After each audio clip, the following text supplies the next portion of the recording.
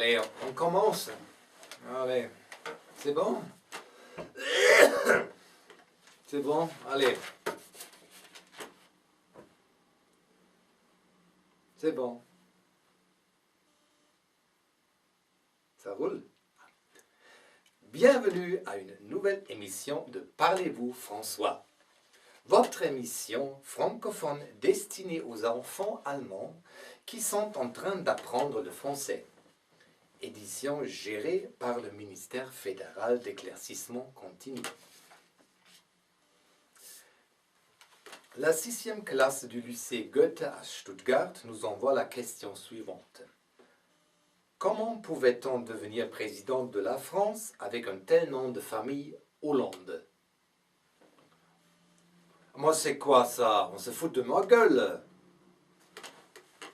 Allez, coupez ça. On reprend. Chers élèves, quand M. Hollande a été conçu, son papa et sa maman ne pouvaient pas encore savoir que leur bébé deviendra un bon jour le président de la République. Et on ne choisit pas le nom de famille. Mais vous avez raison, les élèves, les conseillers de M. Hollande ont ressenti le même problème pendant la campagne électorale. De cette raison, ils ont choisi le prénom François. Vous savez, les élèves, le prénom, on peut le choisir à l'inverse du nom de famille.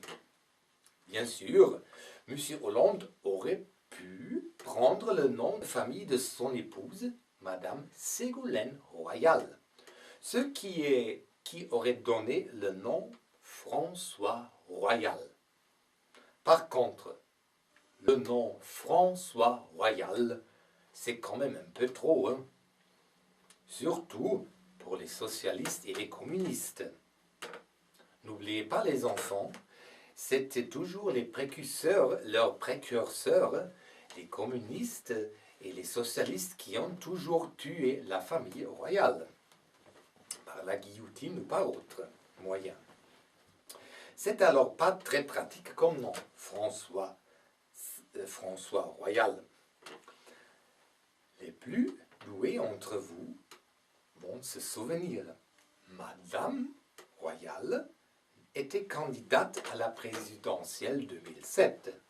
Mais elle a perdu. Alors, ce n'est pas le top d'être le mari d'une candidate perdante qui n'a pas été élue présidente. Si on veut être à son tour président 5 ans plus tard, ce n'est pas bon. Ce n'est pas bon d'être en relation avec une perdante. Alors, de cette raison, François Hollande a divorcé de son épouse, avec laquelle il n'était jamais vraiment marié d'ailleurs. Et ses conseillers lui ont donné le nom François Hollande. Si cela vous fait peur, les enfants, ne vous inquiétez pas. C'est bien normal qu'on choisisse son prénom quand on veut faire une carrière extraordinaire.